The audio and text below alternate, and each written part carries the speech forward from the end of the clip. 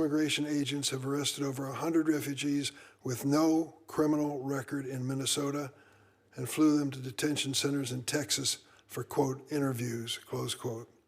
Some were released in the middle of the night, thousands of miles from home. They had no idea where they were. They were not even given paperwork or identification.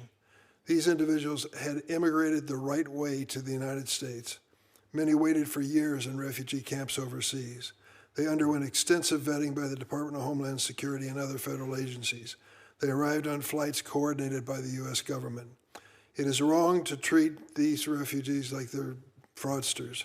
So why is the government putting these highly vetted refugees in shackles, transporting them thousands of miles from home, and interviewing them in detention?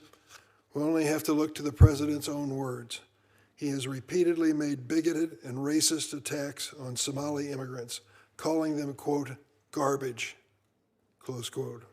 He has said repeatedly he doesn't want immigrants from, I'm not going to use the word that he used, S-hole countries.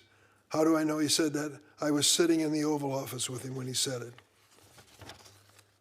The racist attacks have not stopped with immigrants.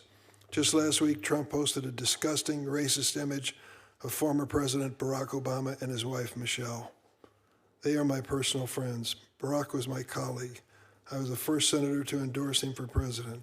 I resent what President Trump created an image that was so demeaning to this man and his wife. His staff took the image down, but he refuses to apologize. The words "I'm sorry" are not in the president's vocabulary.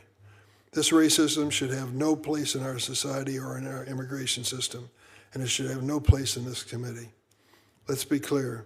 Fraud is a crime and it should be prosecuted. I will remind everyone that it was the Biden Justice Department that opened the Minnesota fraud investigation and brought the first prosecution. And it is the Trump Justice Department that has diverted prosecutors and FBI agents away from fraud investigations to focus on the president's mass deportation campaign. Refugees are some of the most vulnerable and most vetted individuals in the United States. We can target fraud without shackling and detaining them in the dead of night. It is time we reject these racist attacks and restore order and humanity in our immigration system.